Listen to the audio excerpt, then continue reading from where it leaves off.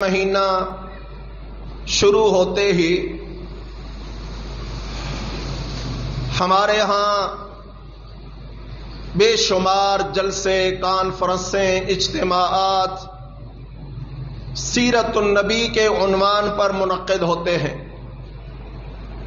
یہاں تک کہ تقریباً ہر مسجد میں خطیب اپنے خطبے کا موضوع، مقررین اپنی تقاریر کا موضوع سیرت النبی کو منتخب کرتے ہیں۔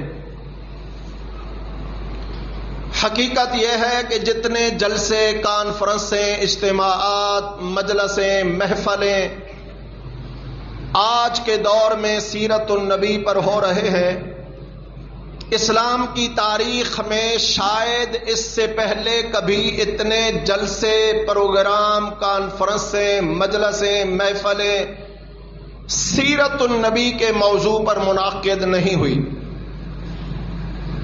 لیکن بدقسمتی یہ ہے کہ جتنا آج امت سیرت النبی سے دور ہے، اتنا شاید پوری اسلام کی تاریخ میں مسلمان نبی صلی اللہ علیہ وسلم کی سیرت سے دور نہیں تھے۔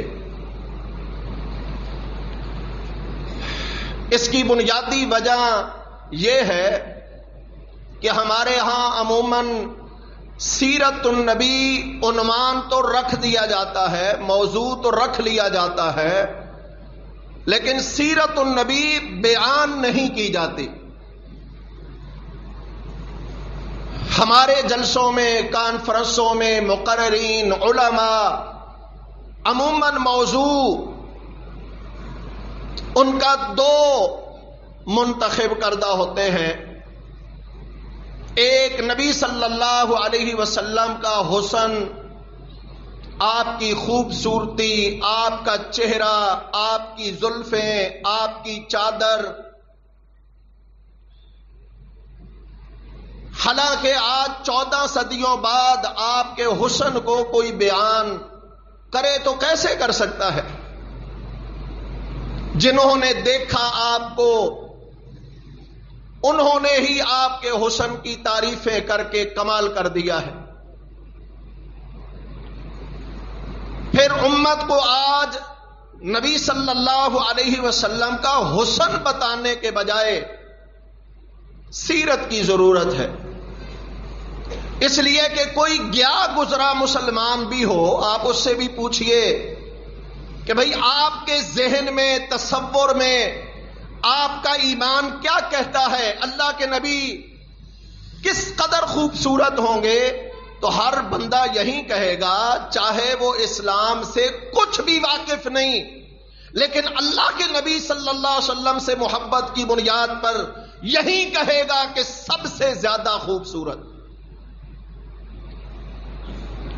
اور دوسرا موضوع عموماً جو ہمارے جلسوں، کانفرنسوں میں بیان ہوتا ہے، وہ ہے نبی صلی اللہ علیہ وسلم کا مقام، مرتبہ، شان، عظمت۔ یقیناً آپ صلی اللہ علیہ وسلم یہ حق رکھتے ہیں ہمارے ذمہ کہ ہم آپ کی تعریف کریں، آپ کی توصیف کریں، آپ کے مرتبے، مقام کو بیان کریں، قائل ہوں، لیکن اس سے کہیں زیادہ ضرورت تھی کہ لوگوں کے سامنے اس نبی کریم صلی اللہ علیہ وسلم کی شان، مقام بیان کرنے کے ساتھ آپ کی سیرت اور کردار کا تذکرہ کیا جاتا۔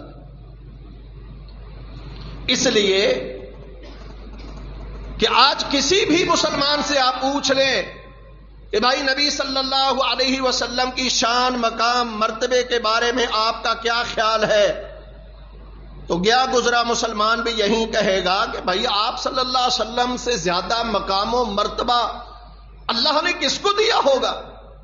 سب سے عالی شان مقام، سب سے بڑا مرتبہ، سب سے زیادہ عزت و احترام کے لائق، یہاں تک کہ میرے والدین سے زیادہ، میری جان سے بھی زیادہ میرے ذمہ حق ہے رسول کریم صلی اللہ علیہ وسلم کا۔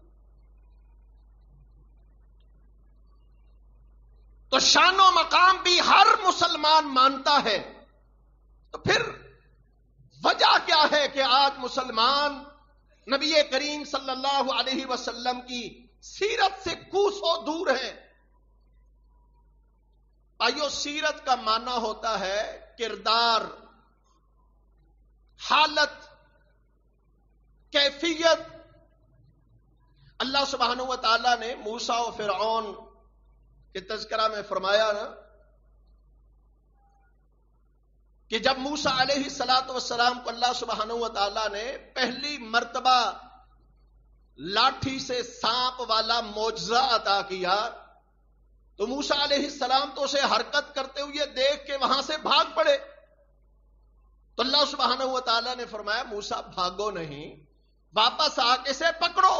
سنعیدھا سیرتھا الاولی، ہم اسے پہلی حالت میں، پہلی کیفیت میں واپس لے آئیں گے.